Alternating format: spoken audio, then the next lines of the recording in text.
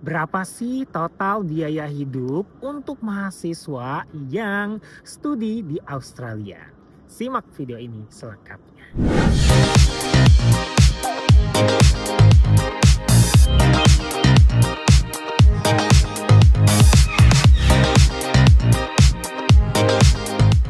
Bismillahirrahmanirrahim. Assalamualaikum warahmatullahi wabarakatuh. Di video kali ini banyak sekali request yang menanyakan terkait dengan living cost ataupun biaya hidup tinggal di Australia untuk seorang mahasiswa. Karena saya yakin penonton dari video ini banyak sekali calon-calon mahasiswa yang akan studi di Australia, baik itu S1, S2 ataupun S3. Jadi simak video ini selengkapnya, jangan sampai ditinggal detail demi detailnya, karena saya sudah rangkum living cost untuk mahasiswa di Australia itu seperti apa. Karena ini saya sudah detailkan mulai dari akomodasi, makan, transportasi, internet, utilitas, perlengkapan kuliah, asuransi kesehatan, sampai ke yang lain-lainnya. Mudah-mudahan jadi inspirasi dan juga jadi persiapan yang baik buat kalian calon mahasiswa yang akan tinggal ataupun studi di Australia, dimanapun berada.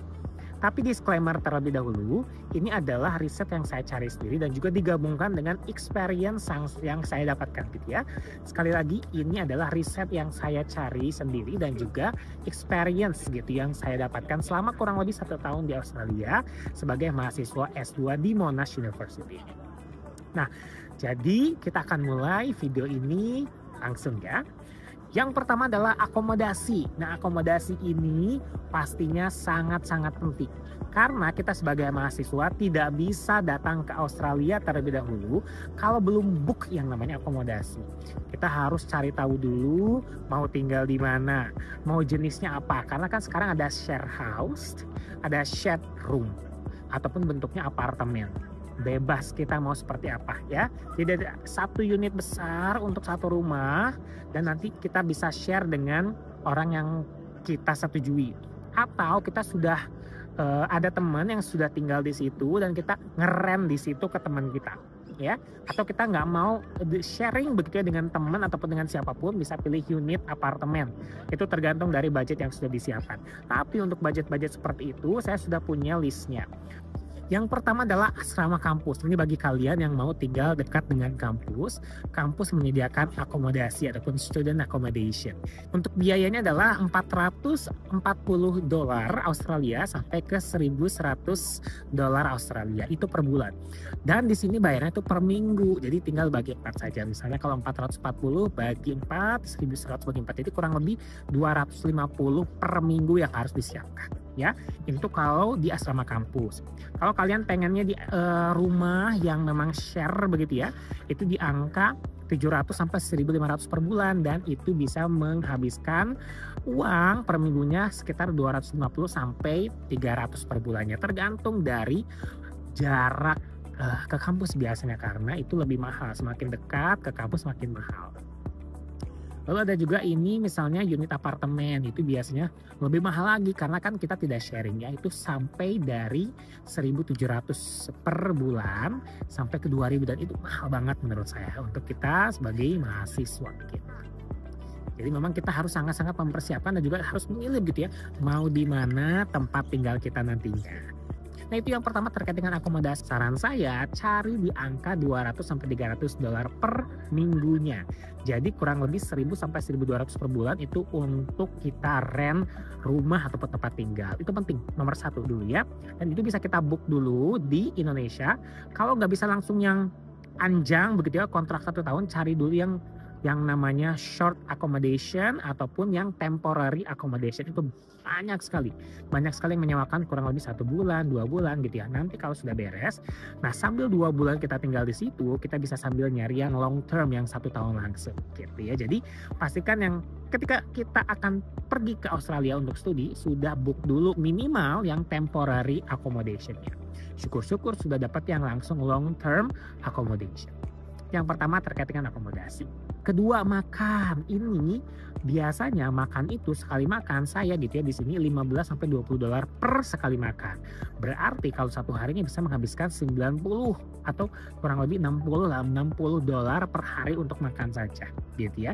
Kalau kita dikalikan 30 berarti hampir di 1.800, mahal kan ya. Nah, makanya saran saya adalah kita harus hemat dengan cara memasak. Makanya belajar masak dulu kalau mau budgetingnya hemat ya. Yaitu misalnya di angka $100 untuk 1 minggu. Kalau kita belanja groceries itu $100 sudah sangat cukup sekali, banyak sekali. Jadi per bulannya hanya menghabiskan $400 saja untuk masak di rumah. Tapi kalau misalnya pengen 1 hari 2 harinya di weekend misalnya keluar pengen jajan di luar juga boleh. Mungkin jadi menghabiskan sekitar nggak nyampe 1.000 sih, kurang lebih $600 per bulan untuk makan. Bills, nah bills itu akan terpisah dari biaya sewa rental akomodasi gitu ya. Kalau tadi akomodasi kurang lebih sampai 1.000 sampai 1.200 per dolarnya. Kalau untuk bills itu rata-rata beda gitu ya, karena listrik itu dihitungnya per 3 bulan, air itu dihitungnya per 2 bulan, gas juga per 2 bulan, wifi per 1 bulan. Jadi 4 bills itu yang harus kita benar-benar persiapkan, mulai dari internet, gas, listrik dan juga air gitu ya. 4 hal tersebut kalau saya menghabiskan kurang lebih 200 sampai 300 per bulan ya, nggak nyampe lebih lah, 300 200 juga paling itu banter gitu ya, 200 per bulan karena kan ada yang dibagi 3 gitu, ada yang dibagi 4 juga. Kalau wifi itu hampir tiap bulan, jadi siapkan 200 sampai 300 per bulan ya.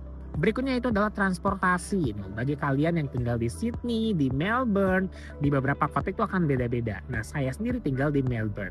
Di Melbourne ini kita punya namanya MyKey ya, ataupun kartu. Ini kayak e-tol kalau di Indonesia ya. Kartu MyKey ini kalau di Sydney itu namanya Opal. Di kota-kota lain saya belum tahu, tapi itu pasti akan ada satu kota satu kartu. Dan untuk aturan di Melbourne sendiri adalah $10 untuk ke mana saja dalam sehari, maksimal $10 ya, tidak akan melebihi. Jadi kalau kita asumsikan $10 per hari berarti kali 30 hari, kalau kita terus keluar gitu ya, berarti kan $300 untuk transportasi.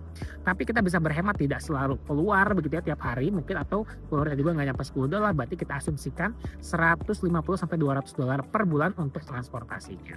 Berikutnya adalah perlengkapan kuliah, biasanya juga diperlukan, tapi kalau saya jarang-jarang begitu ya, anggarkan saja kurang lebih 50 sampai $100 per bulan biasanya untuk beli baju gitu ya, baju Monash kalau di kita ya, baju-baju yang berhubungan dengan kampus, ataupun misalnya ada di unit saya misalnya school visit, kita harus pergi ke sekolah ini, persiapkan uangnya, pokoknya siapkan saja 50 sampai 100 untuk persiapan perkuliahan kita per bulannya.